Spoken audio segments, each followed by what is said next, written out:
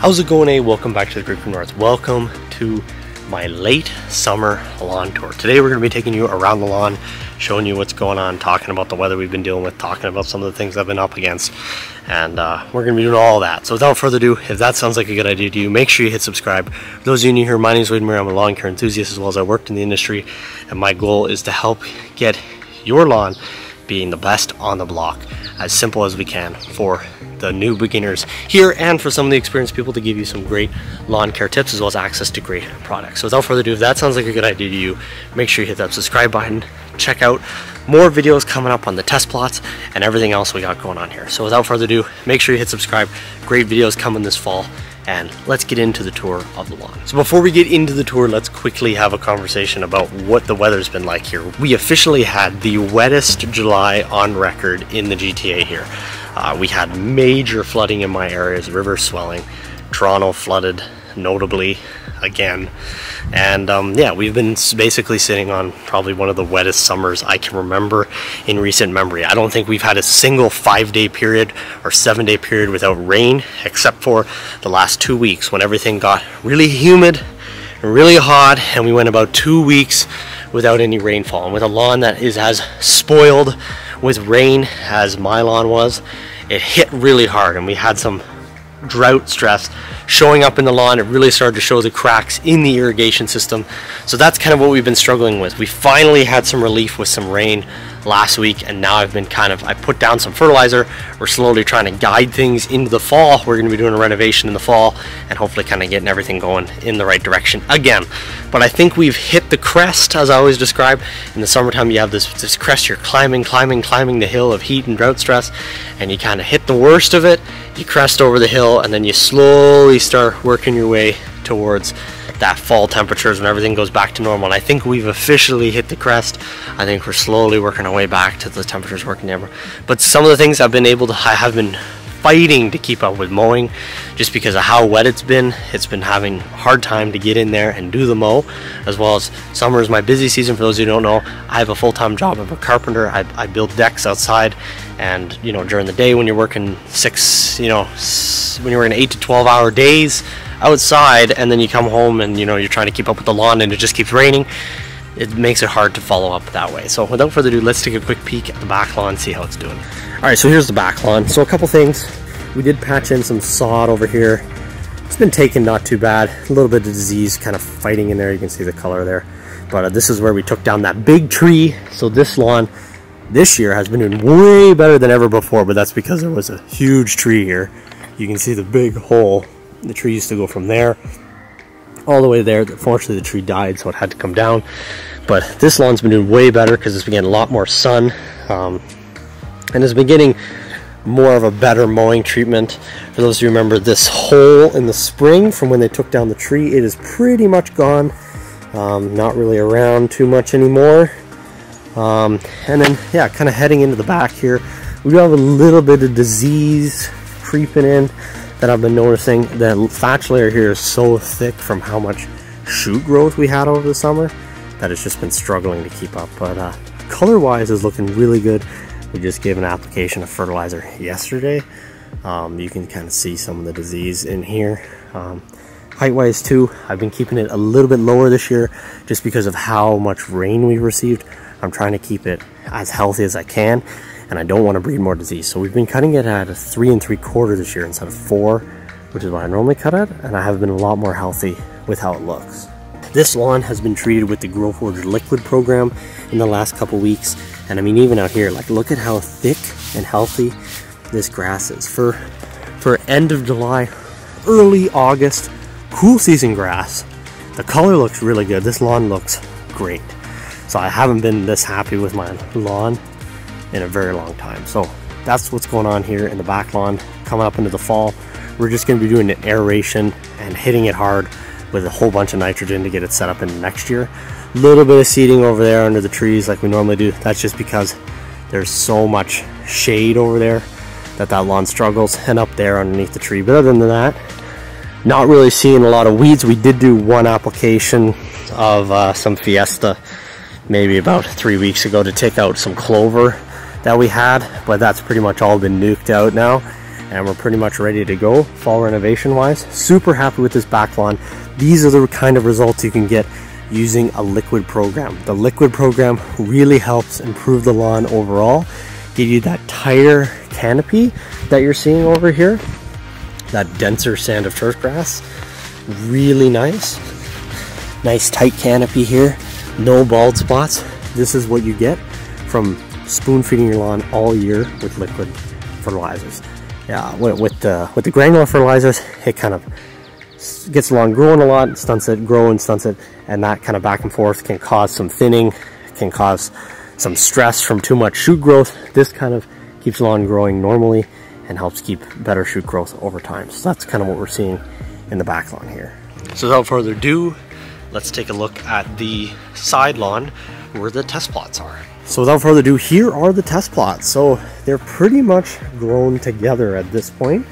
I'm not seeing too much of a line here anymore. This is the line between the old grass and the test plots. You can tell where the test plots are because that's where all the weeds are. But that's because these test plots were planted on the May 24 weekend. So it's about almost coming up on 3 months these test plots have been here. And we have a couple of problem areas. There's a bit of a dead spot here. I don't know what is causing this.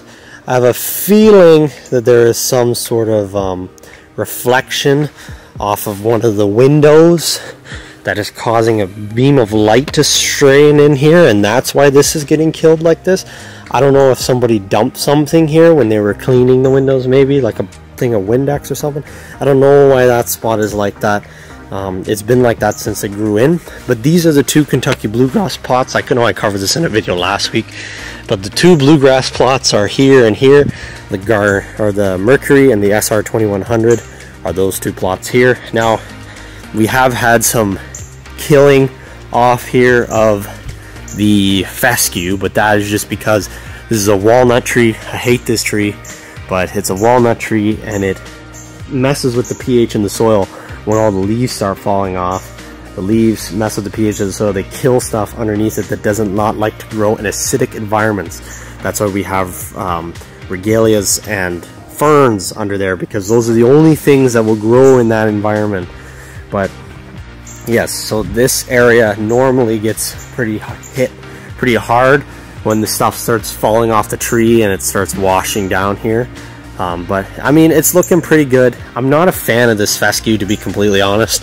It's pretty wispy. I don't really like how it doesn't hold stripes at all, and I'm not impressed with its response to heat stress. This was 1 week of heat and it basically just nuked half of it. So I mean, you can see the color difference between the fescues and the Kentucky blue over there. And then this is the mix here. Honestly, this is by far my absolute favorite. This mix looks really, really good for 3 months. Really thick, really healthy, great color response. Anytime I put fertilizer on this, boom, pops with color right away. Couldn't be more happier with this. There is a little bit of weeds in here we've been fighting. I did hit most of it with Fiesta about 3 weeks ago when the broadleaf got really bad, and we've slowly been working it out. The plot's a little bit thicker over there. That's just because there's more sun. The more you get this way, the thinner it gets. We're going to be working on this in the fall, seeing if we can improve the health of this plot over here. But overall, I'm really happy with this plot. And next year, those fescue plots might have to say bye-bye and spread the mix over there, because I'm interested to see how well this mix performs in the sun. The other thing is, never seen an ounce of drought, even a flicker, that this grass is not happy with the heat. There was heat on this lawn, it was happy with it. I had some of the guys from work come and rip some pieces on the table saw here. Whole bunch of traffic in the middle of it, wanted to see how it responds, happy with it, responds right back right away. You know, it hasn't even began to check out, even in the hottest of times. So really happy with how this plot is. I can't recommend, this is the GrowForge Elite Turfgrass Blend.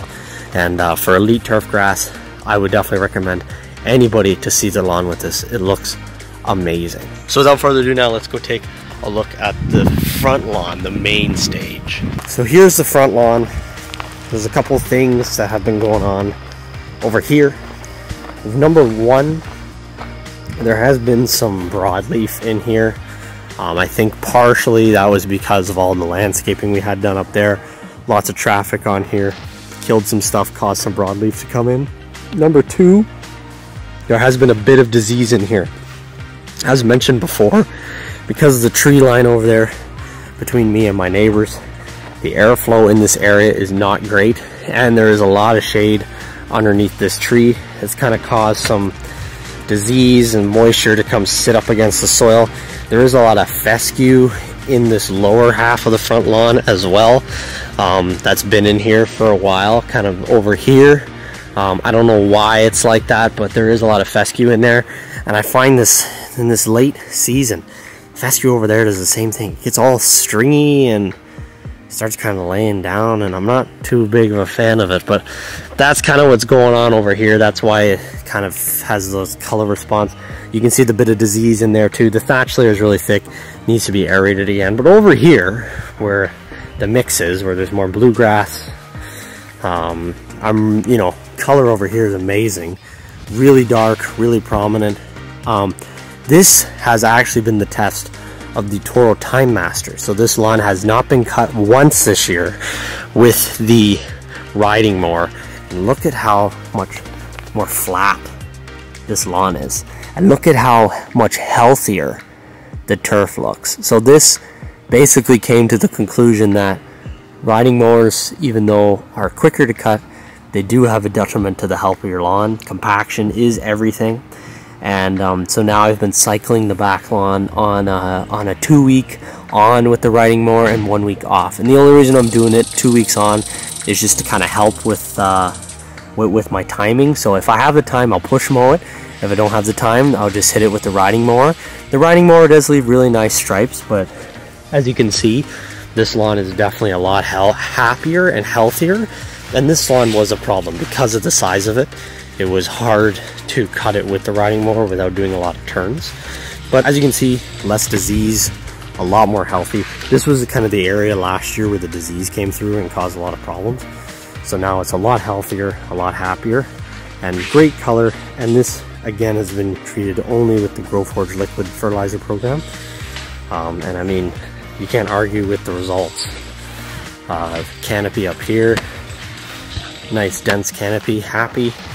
You know, very healthy sand of turf here, great color. You know, again, as I said, this turf here gets direct sunlight. There is that tree there, but that tree really only shades the front half. This entire upper half here gets direct sunlight, and if you sit on the porch here in the afternoon, you bake in the sun. So the fact that this lawn looks this good, it's because of the GrowForge Elise turf grass blend was overseeded after all the damage happened with the landscaping, and because, you know, it just really responds to the wetting agents and the liquid fertilizers in the GrowForge program. Because this is also manually irrigated too. This is just irrigated with a regular impact sprinkler. That's all that the irrigation is here, and this lawn still looks this happy and healthy. So that's a really great testament to the results from the GrowForge program. Even up here, there's a little bit of heat stress here. You can tell this is basically from the radiant heat. So when it rains, or when it gets really hot, the patio just radiates hot heat, and it kind of burns the edge of the turf here. So that's kind of what's going on there. It's just the radiant heat. But I've been slowly coming up and watering it every single time. We're gonna get it to come back in the fall. But this was brand new sod last year, and it took perfectly fine. It made it through the summer. It looks great. Yeah, so really happy with the way that this lawn looks. And even everywhere. I know I am sponsored by GrowForge, and you know, I do make some affiliate money off of their link, but they don't pay me to say anything. I'm free to say whatever I want, and I gotta say, Jason and the guys over there at GrowForge do an amazing job. Their products are definitely top-notch, and there is absolute results from using their products in your lawn. I used to have to water this lawn, you know, struggle with watering and heat stress throughout the summer. The continuous help that GrowForge products does to your soil, as well as their wetting agents, help reduce my water consumption by at least 30 to 40%. as well as has given me a lot healthier and happier looking lawn. I'm not fighting with mowing anymore when I'm trying to push fertilizer. It's great. I love their products. I would stand by them any time of the year. I do like my hybrid program that I've kind of worked out, and I'll be releasing more details into the hybrid program in the fall when I'm going to kind of start videos related to my fertilizer program. But yeah, GrowForge products, great, amazing products. Would recommend them to anybody.